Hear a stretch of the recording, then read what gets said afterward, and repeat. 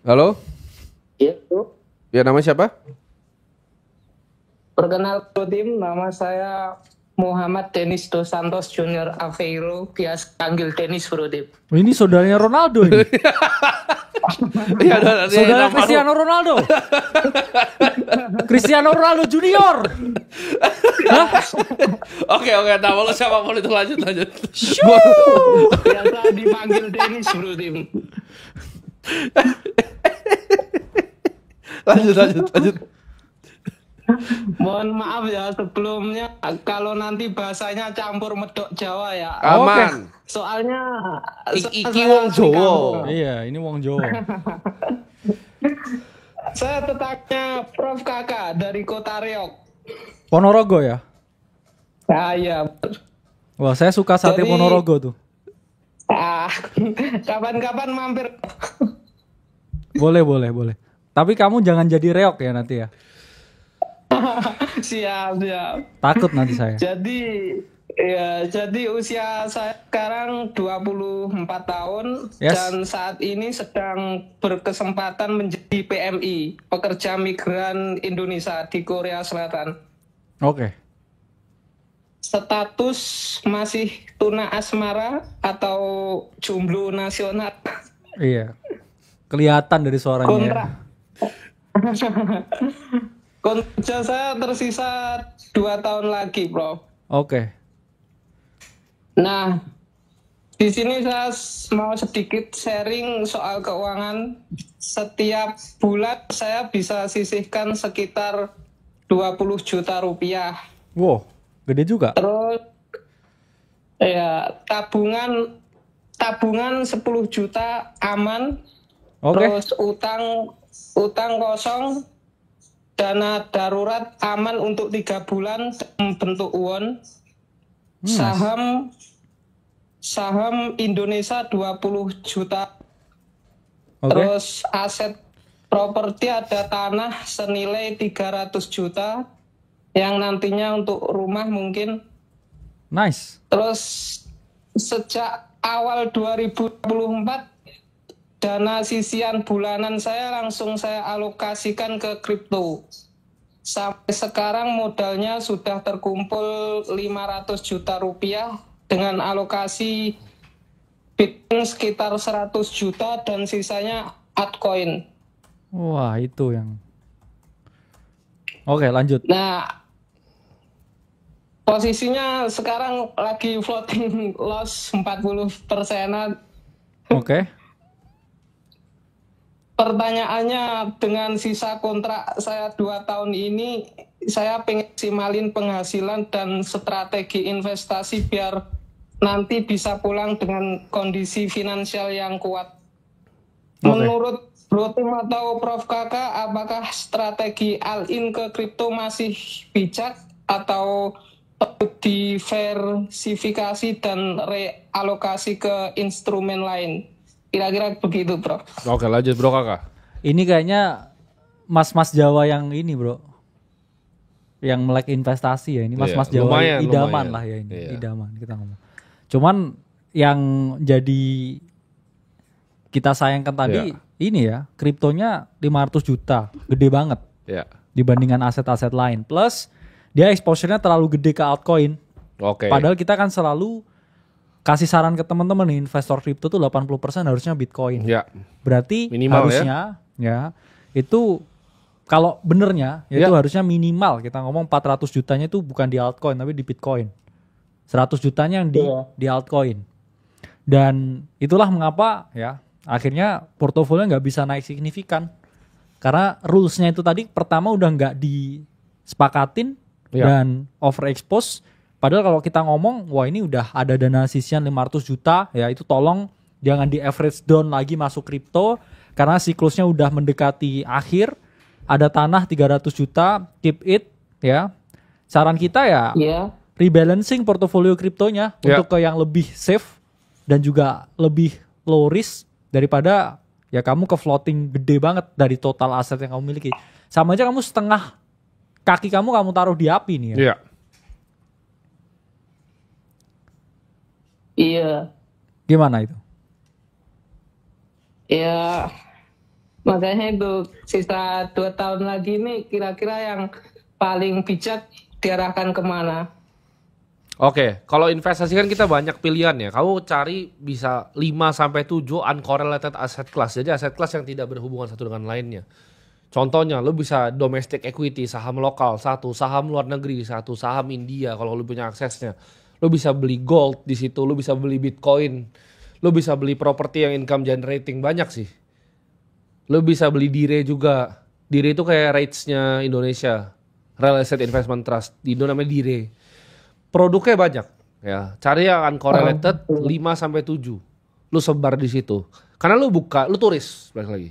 Yes. Lu bukan professional investor, kecuali lu punya fund fokus di kripto ya silakan. Tapi kalau enggak ya jangan. Ya. Disebar. Karena lu nggak tahu apa yang akan terjadi di bawah matahari ini. Lu nggak tahu hari esok tuh akan bawa apa. Jangan so pinter, sebar. Setuju? Siap. Oke, langsung siap dia, mantap nih. Bener. Karena kan ya harus gitu bro. Harus kita mempersiapkan yang terburuk sambil berharap yang terbaik. Jangan kebalikannya. Nanti kalau kebalikannya ya kita jatuh ke dalam delusi. Seakan-akan kita bisa kalahin market terus menerus. Padahal untuk ya investor dan juga orang biasa, kamu udah oke banget ya. Dengan kamu kan merisikokan banyak hal ya. Dengan kita ya ngomong ya. Kamu kan juga udah bekerja ya di migran luar Indonesia. Iya. Plus juga punya sisa kontrak 2 tahun. Jadi jangan sampai nih kamu malah yang aman-aman itu justru ya kamu buang dan juga kamu sia-siakan. Ya. Jadi berpikir ya untuk lebih defensif lagi dan banyak juga ya ketidakpastian di hidup ini. Iya. Jadi jangan terlalu overexpose untuk Dennis ya. Oke, siap. Siap bro. Ini ada yang bilang nih, ada yang nanya lagi bro ke gua. Apakah menggadai SKPNS di bank itu langkah yang salah bro? Itu bukan sangat salah gitu. Lu take away income lu.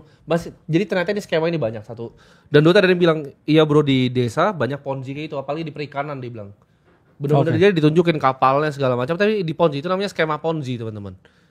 Ya, hati-hati sekali. Kamu jangan coba gadai kamu punya gaji di bank.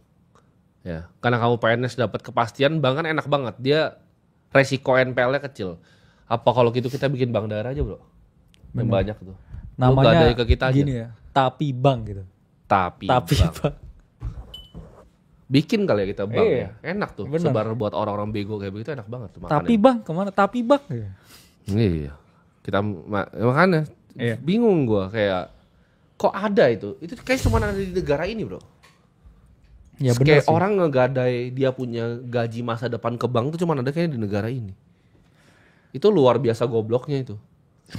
Itu udah nggak bisa diselamatin tuh level IQ-nya kalau udah begitu. Terus dia bela lagi investasinya, soalnya itu hidup dia gitu. Karena semua gajinya di situ. Oh iya. Makanya dia dengerinnya tersinggung. Apa aku ketipu? Enggak, SHM. Terus sekarang udah di grup WA-nya udah heboh. Udah tanya ya, dia udah tanya. Bang, ini SHM beneran nggak atau fotokopian? HGB-nya bang. Beneran gak nih sertifikatnya? Tahu dicek palsu. Damn. Banyak ya, skema-skema Ponzi itu banyak banget. Dari robot trading. Bener. Karena orang Indo tuh pemalas ya bro. Mereka ditawarin yang begitu tergiur kan. Pemalas dan pemimpi biasanya. Pemimpi betul. Busuk ini emang ya. Jadi teman-teman jangan lupa ya untuk join di Discord-nya bro. Benar. Besok kita ada announcement yang penting. Jadi jangan sampai ketinggalan karena kita nggak bisa punya cara untuk reach kalian. Setuju. Jadi masuk ke komunitas ternak uang situ Discord-nya langsung diklik aja, tinggal accept 2 kali tombol. Kalau lu masih malas gimana bro tuh? Klik gitu. Males itu.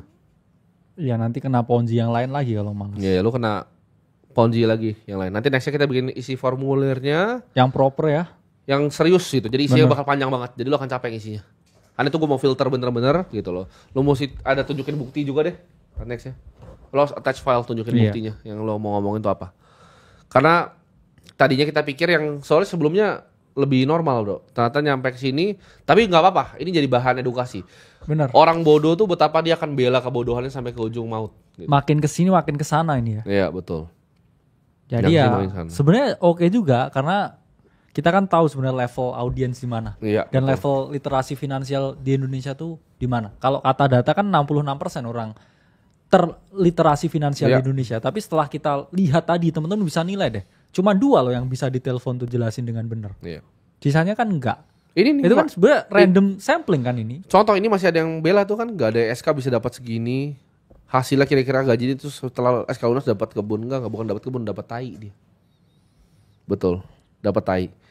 Jadi banyak sekali yang ternyata PNS ini yang bodoh ini banyak sekali, Bro. Yang gadai semua gajinya begini.